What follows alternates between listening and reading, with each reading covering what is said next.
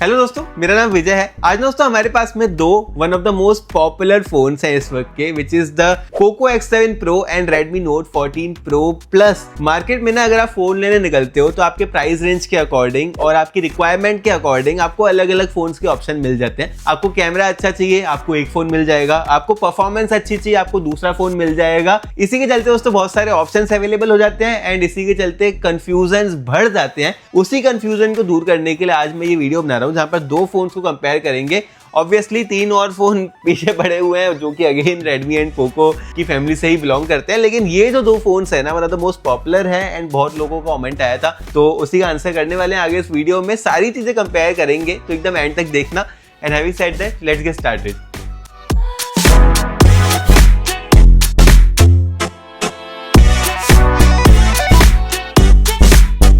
दोस्तों सबसे पहले ना प्राइस के बारे में बात करेंगे तो दोनों ही फोन्स जो मेरे पास में है ना ये यूएई वर्जन है, जहां पर पोको X7 Pro जो है एग्जैक्टली सेम है like the global version, the Indian version. But जो Redmi Note 14 Pro Plus मेरे पास में है ना वो एक 120 वॉट के फास्ट चार्जर के साथ में आता है कंपेयर टू द 90 वॉट का चार्जर जो कि ग्लोबली एंड इंडियन मार्केट में अवेलेबल है। तो दुबई की मार्केट में ज्यादा वोटेज का चार्जर हमें मिलता है। प्राइसिंग के बारे में अगर बात करते हैं तो Redmi Note 14 Pro Plus launch होगा अभी दुबई में 17th को, जबकि जो पोको X7 Pro है ये 1299 का अवेलेबल है for the 512GB version with the 12GB of RAM, which is an amazing price. India में 28,000 का पोको X7 Pro हमें मिल जाता है and Redmi Note 14 Pro Plus 256GB with the 8GB RAM if I am not wrong 33,000 का available है। तो ये जो है इंडिया में ज्यादा महंगा है। क्या डिजर्व करता है इतनी प्राइसिंग? अनबॉक्सिंग एक्सपीरियंस दोनों ही फोन्स का सेम है, जहां पर हमें अपना फोन मिल जाता है, एक केस मिल जाता है, अगेन एक चार्जर मिल जाता है। यहाँ पर जो Redmi Note 14 Pro Plus है उसमें आपको दुबई की मार्केट में ज्यादा वोटेज मिल जाएगी। इंडिया में दोनों ही 90 वॉट के चार्जर्स के साथ में आते हैं। वहीं अगर बात करते हैं ना design and in hand feel के बारे में,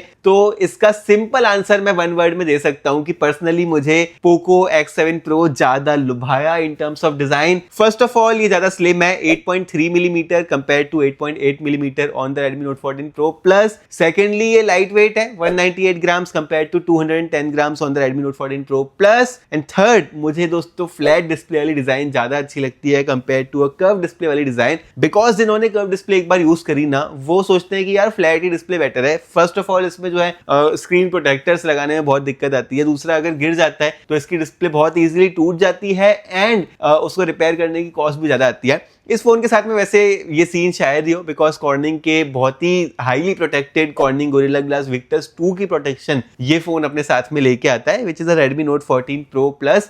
जबकि जो पोको X7 Pro है अपने साथ में कॉर्निंग का गोरिल्ला ग्लास 7i लेके आता है। अब ये जो 7i है ये थोड़ा सा बजट फ्रेंडली है, जबकि विक्टस 2 एकदम हाई एंड वाली प्रोटेक्शन मानी जाती है। Also on the Redmi Note 14 Pro Plus we have glass back compare to plastic back on the Poco X7 Pro। दोनों में ही प्लास्टिक के फ्रेम्स हमें मिल जाते हैं। पोर्ट्स वगैरह सारा कुछ सेम है। USB Type-C पोर्ट है 2.0 वाला। दोनों में ही डुअल सिम कार्ड का स्लॉट है। Again Redmi Note 14 Pro Plus जो है ना अपने साथ में ई सिम का सपोर्ट भी लेके आता है, तो वी गेट 2 सिम। 2 फिजिकल सिम डाल सकते हो, लेकिन अगर ई सिम भी डालनी है तो वो भी डाल सकते हो, लेकिन चलेगी एक टाइम में 2 ही सिम, बाकी की आपको डिसेबल करनी पड़ेगी। दोनों में ही 2 स्पीकर्स की ग्रिल है, एक नीचे की तरफ है एक ऊपर की तरफ है। दोनों ही फोन्स में IR सेंसर का सपोर्ट भी मिल जाता है and also we get NFC on both the phones. दोनों ही फोन्स में हमें IP68 69 की डस्ट एंड वाटर रेजिस्टेंसी मिल जाती है। इस बार ये इंप्रूव कर दी गई है, 2 मीटर तक जा सकती है एंड अप टू 24 आवर्स तक दोनों ही फोन सर्वाइव कर सकते हैं। Very very good considering the price range. Again दोस्तों बात करते हैं डिस्प्ले के बारे में, तो दोनों ही फोन 6.67 इंचेस की डिस्प्ले लेके आते हैं। दोनों एक दूसरे से अलग है एज आई सेड, बट बहुत हद तक सिमिलर भी है, बिकॉज जो रेजोल्यूशन है वो सेम है, फुल HD प्लस का है दोनों ही फोन्स में। दोनों ही हाई क्वालिटी की एमोलेड डिस्प्ले है, 120 हर्ट्ज के रिफ्रेश रेट के साथ में आती है। थोड़ा सा डिफरेंस हमें ब्राइटनेस में मिलता है, at least on paper. Real life में तो मेरे को ऐसा कोई डिफरेंस फील नहीं हुआ। जहां पर जो पोको X7 Pro है अपने साथ में 3200 निट्स की ब्राइटनेस लेके आता है, वहीं जो Redmi है 3000 निट्स की ब्राइटनेस लेके आता है। बहुत ही छोटा सा डिफरेंस है यार,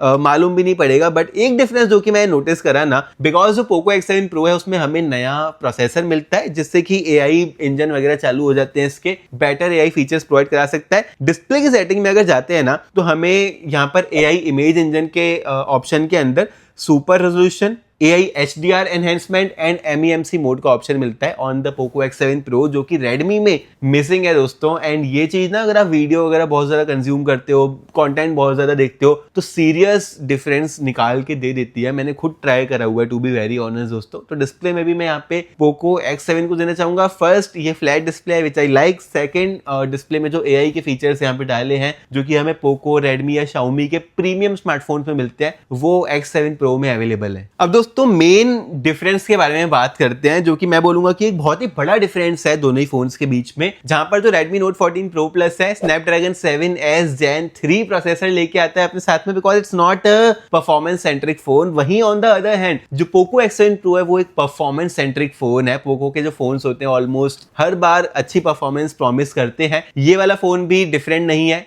MediaTek का लेटेस्ट Dimensity 8400 जो कि जस्ट अभी रिलीज हुआ है, ये फोन उसको पैक करके आता है दोस्तों। एंड जो परफॉर्मेंस है ना, आप बिलीव नहीं करोगे जब आप नंबर्स देखोगे एंड उसको कंपेयर करोगे Redmi Note 14 Pro Plus के साथ में। सबसे पहले ना यहाँ पर Antutu के स्कोर्स देखते हैं, जहां पर जो Redmi है वो लगभग 7.5 लाख स्कोर करता है, जबकि जो X7 Pro है ऑलमोस्ट 1.6 मिलियन, मतलब 1.6 मिलियन क्रॉस ही कर दिया है। तो डबल से भी ज्यादा की परफॉर्मेंस हमें मिल रही है। और जो डिफरेंस है ना, वो रियल लाइफ यूजेज में फील भी होता है। मतलब जैसे ही एप्लीकेशंस वगैरह as you can see on the screen में क्लोज कर रहा हूँ, ओपन कर रहा हूँ on the Poco X7 Pro, it feels much faster compared to the Redmi Note 14 Pro Plus। और इसका एक रीजन इनकी स्टोरेज भी है, जहां पर जो Redmi Note 14 Pro Plus है वो UFS 2.2 की स्टोरेज के साथ में आता है, coupled with LPDDR4X RAM compared to UFS 4.0 storage on the Poco X7 Pro and LPDDR5X RAM on the Poco X7 Pro। As a result आप अपनी स्क्रीन के ऊपर देख सकते हो, मतलब जो रीड एंड राइट स्पीड निकल के आ रही है ना, उसमें तो डे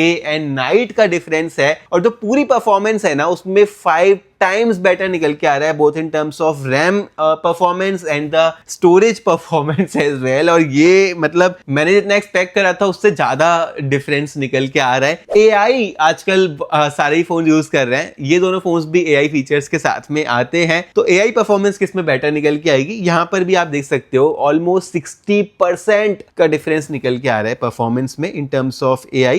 वहीं अगर Geekbench की बात करते हैं, जो कि सेम Antutu की तरह ही परफॉर्मेंस कैलकुलेट करती है फोन्स की, तो Geekbench में भी मल्टी कोर में ऑलमोस्ट डबल अच्छी CPU परफॉर्मेंस निकल के आ रही है। लेकिन जो मेन डिफरेंस मैंने नोटिस करा ना, वो भाई GPU परफॉर्मेंस में 4 गुना बेटर निकल के आ रहा है हमारा Poco X7 Pro compare to the Redmi Note 14 Pro Plus। And भाई मतलब क्लियरली हमें यहाँ पर दिख गया कि जो Redmi Note 14 Pro Plus है वो एक परफॉर्मेंस सेंट्रिक फोन नहीं है, जबकि जो पोको है मुझे मतलब बहुत पसंद है कि कोई फोन ऐसा हो जो कि हमें काफी तगड़ी वाली नेक्स्ट लेवल परफॉर्मेंस प्रोवाइड कराता हो at a mid range price point, जैसे कि हमें पोको F1 में मिला करती थी। अब ये वाला जो फोन है ना, फाड़ दिया भाई, फाड़ दिया in terms of performance. Even when it comes to the CPU throttling, आप देख सकते हो प्रोसेसर बहुत ज्यादा पावरफुल है, तब भी बहुत ज्यादा थ्रॉटल नहीं करके गया। दोनों को ही अगर साइड बाय साइड रखते हैं, ऑब्वियसली ये ज्यादा एक पावर एफिशिएंट प्रोसेसर है on the Redmi Note 14 Pro Plus। तो यहाँ पर ग्राफ आपको ग्रीन दिख रहा होगा, बट बिकॉज एक पावरफुल प्रोसेसर है, ऑब्वियसली X7 Pro को थोड़ा थ्रॉटल करना था, बट बहुत ज्यादा थ्रॉटल नहीं करा एंड गर्म भी बहुत ज्यादा नहीं हुआ Poco X7 Pro।